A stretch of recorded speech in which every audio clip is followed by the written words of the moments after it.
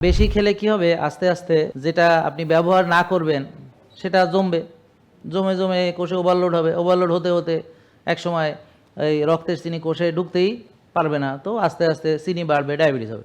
এছাড়া যখন চর্বি জমবে লিভারে, জমতে জমতে ফ্যাটি লিভার হয়ে গ্রেড 1, 2, 3, 4 সিরোসিস হয়ে যাবে।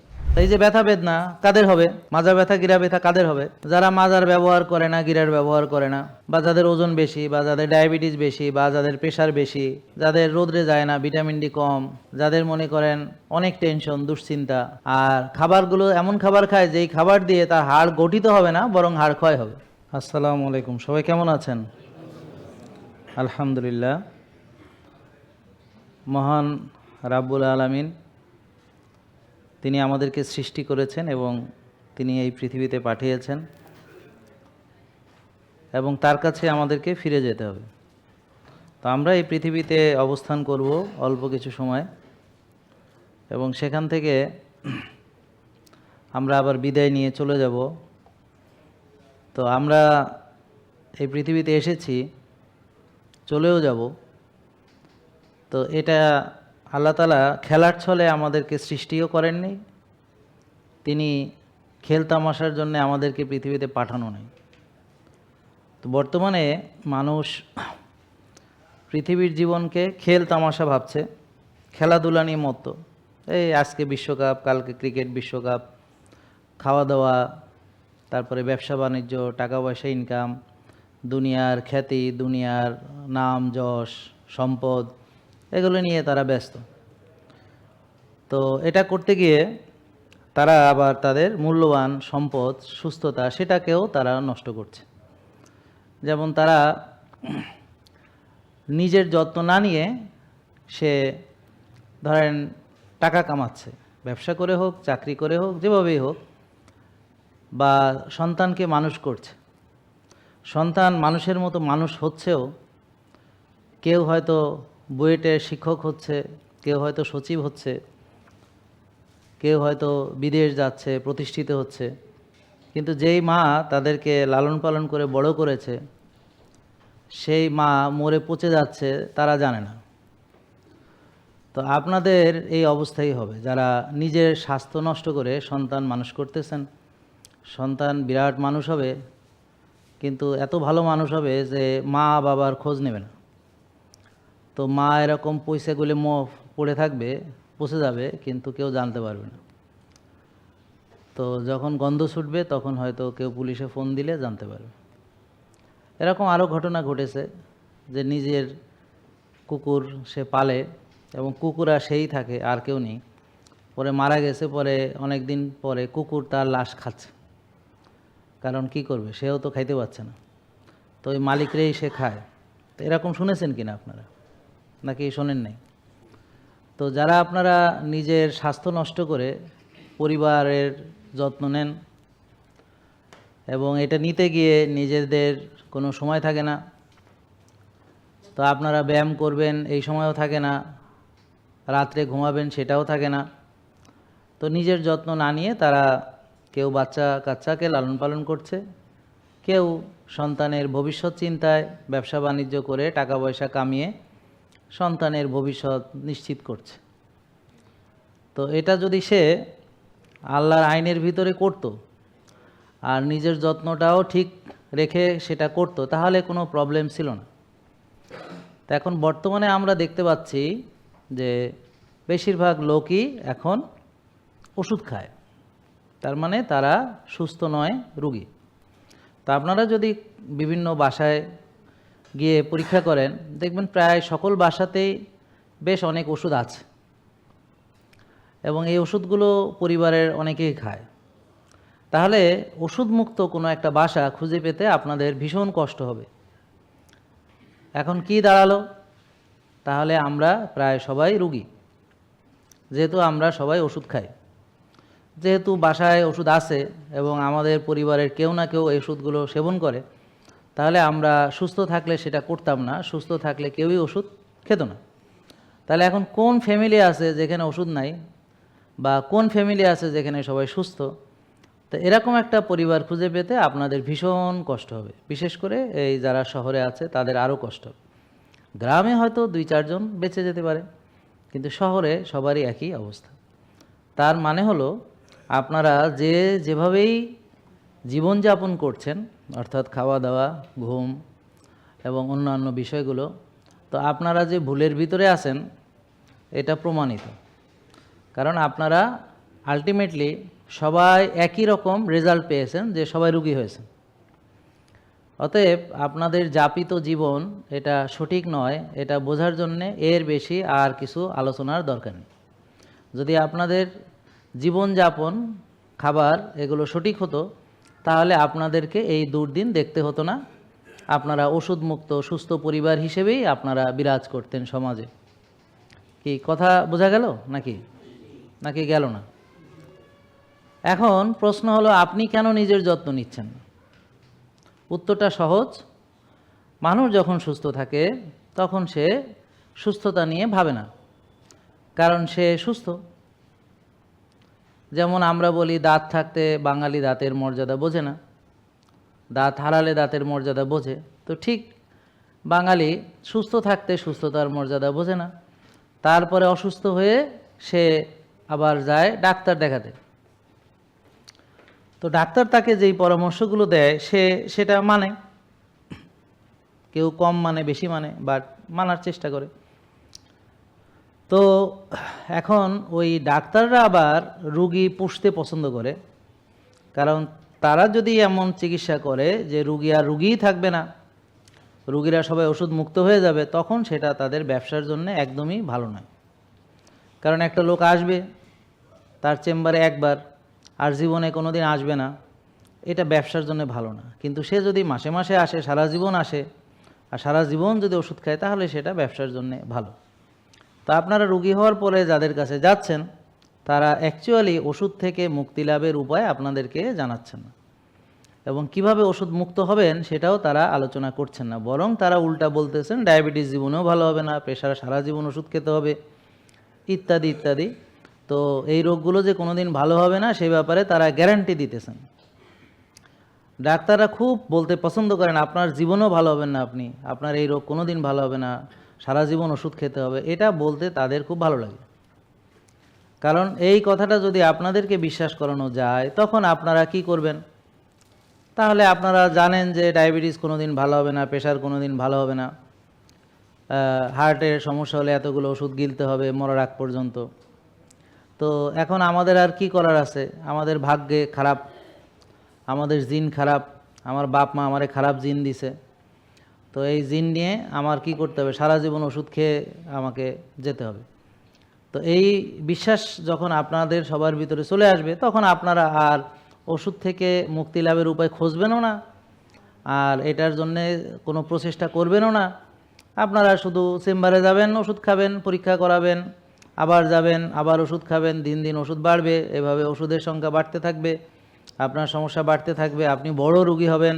তারপর একসময় আপনার অপারেশন লাগবে, একসময় আপনার হার্ট অ্যাটাক হতে পারে, একসময় আপনার ব্রেন স্ট্রোক হয়ে প্যারালাইসিস হতে পারে, চোখে অপারেশন হতে পারে, চোখ নষ্ট হতে পারে, গিরায় অপারেশন হতে পারে, মাজায় অপারেশন হতে পারে, নার্ভ নষ্ট হতে পারে, পা কেটে ফেলতে হতে পারে। এভাবে আস্তে আস্তে আপনারা একসময় আইসিইউতে যাবেন, তারপর ওখান থেকে ইন্না লিল্লাহি ওয়া ইন্না ইলাইহি রাজিউন চলে যাবেন। তারপর অনেক টাকা বিল হবে, আইসিইউর বিল, সেটা অনেক পরিশোধ করতে খুব বেগ পেতে হবে। অথবা ক্যান্সার হয়ে ধুকে ধুকে মরতে হবে, এবং এই ক্যান্সারের চিকিৎসা করে সর্বশান্ত হয়ে ঋণের বোঝায় পরিবারকে রেখে 3-4-5 বছর পরে আপনি বিদায় নেবেন, আর পরিবার এই ঋণের বোঝায় আর কোনো দিন এই ঋণ শোধ করা সম্ভব না তাদের পক্ষে। ডায়াবেটিস রোগী কে কে আছে? হাত তোলেন। তো আপনারা কত বছর ধরে ডাক্তার দেখান? আপনি বসে বলেন, আপনি কত বছর ডাক্তার দেখান? 1.5 বছর। আপনি কয় বছর হিসাব করেন? 12 থেকে 22, 10 বছর, আরও 4, তাহলে কত হলো? 14 বছর। তা উনি দেখেন ভালো হয়নি, কত বছর ওষুধ খায়? 14 বছর। ডাক্তার দেখায় কত বছর? 14 বছর। পরীক্ষা নিরীক্ষা কত বছর ধরে করায়? 14 বছর। সুস্থ হয়েছে না? এখন কয়টা প্রমাণ লাগবে? আপনারা আর কে কে আছে ডায়াবেটিস রোগী? আপনি কত বছর? হ্যাঁ 3 বছর। ডাক্তার দেখান, ওষুধ খান, ভালো হয়েছেন না? আপনি কত বছর? 8 বছর। ওষুধ খান? আচ্ছা। হ্যাঁ 1.5 বছর। ডাক্তার দেখান, ওষুধ খান, ভালো হয়েছেন না? আর কয়জনকে জিজ্ঞেস করব? না, একই তো উত্তর আসবে নাকি আলাদা কোনো উত্তর আসবে?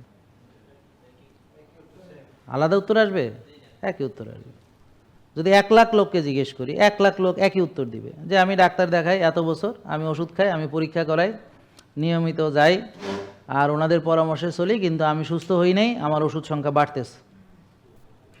আমার ওষুধ সংখ্যা, তাহলে ওষুধ সংখ্যা বাড়া মানে কি?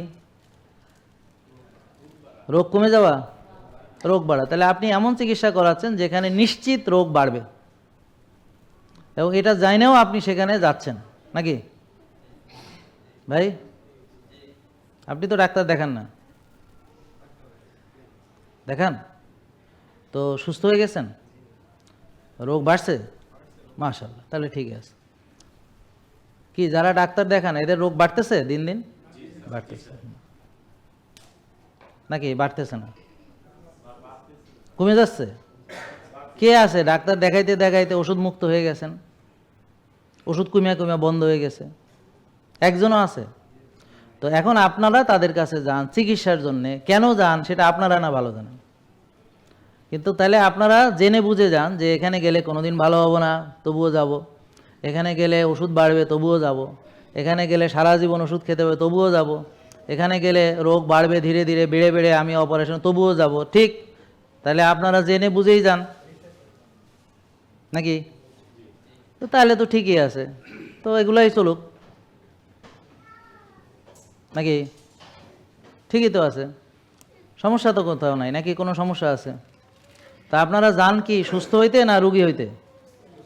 সুস্থ হইতে যান। তা আপনি তো জানেন এখানে গেলে কেউ সুস্থ হয় না, তারপরেও আপনি বলেন যে সুস্থ হইতে যান। হ্যাঁ, কিছু করার নেই। কেন নেই? কারণ সমাজ আপনাদেরকে উপায় রাখেনি।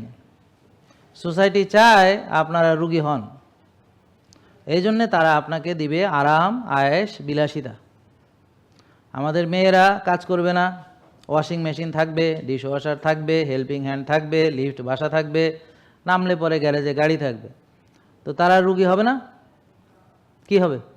আর তারা খাবে মজার মজার জিনিস নাকি? আর আমাদের পুরুষরা, তারা যারা ব্যবসা করে করবে, যাই করুক, তারা রাত জাগবে, অনেক টেনশন করবে, ঘুমাবে না ঠিক মতো, অনেক পরিশ্রম করবে, ঠিক আছে? আর অবশ্যই খেতে হবে বেশি বেশি, কারণ টাকা আছে, সে যদি না খায় তাহলে টাকা দিয়ে করবে কি? সে এত কষ্ট করে টাকা কামায়, সে তো খাইতে হবে, সে মজার মজার খাবার খাবে। আর সে যেহেতু টাকা পয়সা আছে, তাহলে সে তো আর কায়িক শ্রম করার দরকার নেই, অতএব তার কায়িক শ্রম তো দরকার নেই, সে আরাম, আয়েশ, বিলাসিতা খুঁজবে, সে দামি গাড়িতে চড়বে, লিফটওয়ালা বাসায় থাকবে, হ্যাঁ, তার চাকর বাকর থাকবে, তারা কাজ করবে, সে বিলাসিতা করবে, সে হুকুম চালাবে নাকি? তাহলে এখন শরীরকে ব্যবহার না করলে শরীর কি ভালো থাকবে? থাকবে না তো। আর বেশি খেলে কি হবে? আস্তে আস্তে ওই যেটা আপনি ব্যবহার না করবেন সেটা জমবে, জমে জমে কোষে ওভারলোড হবে, ওভারলোড হতে হতে একসময় এই রক্তের চিনি কোষে ঢুকতেই পারবে না, তো আস্তে আস্তে চিনি বাড়বে, ডায়াবেটিস হবে। এছাড়া ওই যখন চর্বি জমবে লিভারে, জমতে জমতে ফ্যাটি লিভার হয়ে গ্রেড 1, 2, 3, 4 সিরোসিস হয়ে যাবে। এভাবে ধরেন রক্তনালীতে এরকম অ্যাথেরোস্ক্লেরোসিস, হ্যাঁ, হতে হতে ব্লক হয়ে হার্ট অ্যাটাক হয়ে বা ব্রেন স্ট্রোক করে প্যারালাইসিস হয়ে যেতে পারে। তাহলে এভাবে হাড় ক্ষয় হতে পারে, এভাবে ব্যথা বেদনা হতে পারে, এভাবে ঘুম নষ্ট হতে পারে, টেনশন হতে পারে, পেটের সমস্যা হতে পারে, আইবিএস হতে পারে, এরকম 60-70 রকমের রোগ হতে পারে। এই যে ব্যথা বেদনা কাদের হবে? মাজা ব্যথা, গিরা ব্যথা কাদের হবে? যারা মাজার ব্যবহার করে না, গিরার ব্যবহার করে না, বা যাদের ওজন বেশি, বা যাদের ডায়াবেটিস বেশি, বা যাদের প্রেশার বেশি, ঠিক নাকি? যাদের রোদরে যায় না, ভিটামিন ডি কম, হ্যাঁ, যাদের মনে করেন অনেক টেনশন, দুশ্চিন্তা, আর খাবারগুলো এমন খাবার খায় যেই খাবার দিয়ে তার হাড় গঠিত হবে না, বরং হাড় ক্ষয় হবে। আবার বলবে যে বয়সকালে তো ক্ষয় হবেই। এখন তাহলে আগেও যে মানুষ 60, 70, 80 বছর পর্যন্ত জমিতে কাজ করছে, এখন তো হাড় ক্ষয় হয় নাই ওইভাবে। তো তারা কেমনে করছে? আর আপনাদের কেন অল্প বয়সে হাড় ক্ষয় হয়ে যাচ্ছে, ডিস্ক প্রলাপস হয়ে যাচ্ছে, গিরা নষ্ট হচ্ছে, মাজা নষ্ট হচ্ছে? তার কারণ হলো আমরা যে খাবার খাই সেটা দিয়ে সঠিকভাবে হাড় তো গঠিত হয়ই না, বরং হাড় উল্টা ক্ষয় হয়। হাড় তো ভালো থাকেই না, উল্টা প্রদাহ হয়, মরিচা পড়ে, জং ধরে, নাকি? যেমন ধরেন আমি এই হাতটা ঘুরাই না, তা না ঘুরাইতে ঘুরাইতে একসময় কী হবে, এই জয়েন্টটা আর ঘুরবে না, মরিচা পড়ে যাবে। তো এটাকে বলো অস্টিও আর্থাইটিস, অস্টিওপোরোসিস ইত্যাদি। বুঝতে পারছেন? তাইলে আমরা যে ঘুরাই না, এটা একটা সমস্যা। আবার ওই যে আমার ক্যালসিয়ামযুক্ত খাবার যেগুলো খাওয়া দরকার, বা ভিটামিন ডি যেভাবে পাওয়া দরকার, তো আমার যদি এগুলো সমস্যা থাকে, এছাড়াও যদি ওজন বেশি থাকে, তাহলে তো আমার মাজা ব্যথা হতেই পারে, ঠিক কিনা? তাহলে ব্যথা বেদনা কাদের হয়? যারা শরীরের ব্যবহার করে না, তাদের একটা সময় ব্যথা বেদনা এমন হবে, ধরেন এখন সে ব্যায়াম করে না, কেন করে না? কেন করে না? ব্যায়াম করে না কারণ হলো কষ্ট লাগবে। ওষুধের পার্শ্ব প্রতিক্রিয়া আছে কিনা বলেন? কারণ সে ওষুধ খেয়ে ঘুমায়, হ্যার বুক ধরফড়ানি, হেটার ওষুধ খায়, হ্যার কলজা কাঁপানি, হেটার ওষুধ খায়, হ্যার টেনশন, হেটার ওষুধ খায়। হ্যাঁ, বুঝতে পারছেন? সে সব খালি ওষুধ দিয়ে সমাধান করে। এর মাথা ব্যথার ওষুধ খায়, এর গিরা ব্যথার ওষুধ খায়, এর মাজা ব্যথার ওষুধ খায়, বুঝতে পারছেন? এর মন খারাপ, তার ওষুধ আছে, বুক ধরফড়ানির ওষুধ আছে, কলজা কাঁপানির ওষুধ আছে, ঘুম হয় না এটার ওষুধ আছে, হ্যাঁ, চিনি বাড়ছে এটার ওষুধ আছে, প্রেশার বাড়ছে এটার ওষুধ আছে, ফ্যাটি লিভার ওষুধ, সব কিছুর নাকি ওষুধ আছে। তাই যে এত যে ওষুধ খাইতেছে, একটা লোকও যে ভালো হয় নাই সেইটা দেখে না, চোখে দেখে না। এটা সে একজনও যে ভালো হয় নাই সেটা চোখে দেখে না। তাহলে আপনারা কি ডাক্তারের কাছে সুস্থ হইতে যান না রুগী হইতে যান? তা একজনও সুস্থ হয় নাই, তারপরও যাইনি আবার যাইতে আছেন, তাহলে কি আপনি কি সুস্থ হইতে যাইতেছেন? আপনি যেখানে যাচ্ছেন খোঁজ নেন যে ওনাকে যে কয়জন রুগী দেখাইছে, কয়টা রুগী ভালো হয়ে ওষুধ মুক্ত হয়েছে। তো দেখবেন একজনও ভালো হয়নি, ওষুধ মুক্ত হয়নি। তো যারা অনেক দিন ধরে দেখাচ্ছে তাদের ওষুধ বাড়ছে। যে আপনি কয় বছর দেখান? আমি 10 বছর। কয়টা ওষুধ? 60টা। আপনি কয় বছর? আমি 15 বছর। ওষুধ কয়টা? 10টা। নাকি ভাই? তা আপনি ওখানেই যাচ্ছেন, তাহলে আপনি 15 বছর পরে আপনার ওষুধ কয়টা হবে? 12টা। নাকি? দেখেন বোঝেন কিনা আমার কথা? তাহলে আপনি তো জেনে বুঝে গেছেন, যেখানে গেলে এটা রেখে দেন। এই বুঝতে পারছেন? আপনি জেনে বুঝে যাচ্ছেন না। তাহলে আপনারা কি সুস্থ হইতে যান ডাক্তারের কাছে? বলেন না। কি জন্য যান? আরও ওষুধ খাইতে, আরও বড় রুগী হইতে। তা আপনারা জেনে বুঝে যান। আর যদি বলেন যে না আমার এত জ্ঞান নেই, তাহলে তো বলবো ভাই আপনি তো তাহলে মহাপণ্ডিত হয়ে গেলেন, এখানে আইসা খাইয়া দিয়ে মরবেন, জম্মের খাওয়া খাইবেন, এদিকে মহাপণ্ডিত, এদিকে আমার ভুল ধরেন। হ্যাঁ, আপনি তো নিজেই দেখা গেল এখন বলতেছেন আপনি তো মহামূর্খ। আপনি নিজেই বললেন যে না আমি তো মহামূর্খ, যে আমি তো বুঝিই নাই যে আমি কেন গেছি ডাক্তারের কাছে। আমি তো ভাবছি সুস্থ হইতে গেছি, তো একজনও সুস্থ হয় নাই, তারপর আমি গেছি সুস্থ হওয়ার জন্য। তো ভাই এটা কি জানতেন না আপনারা নাকি? জেকে লাইফস্টাইল, ওষুধ মুক্ত সুস্থ জীবন।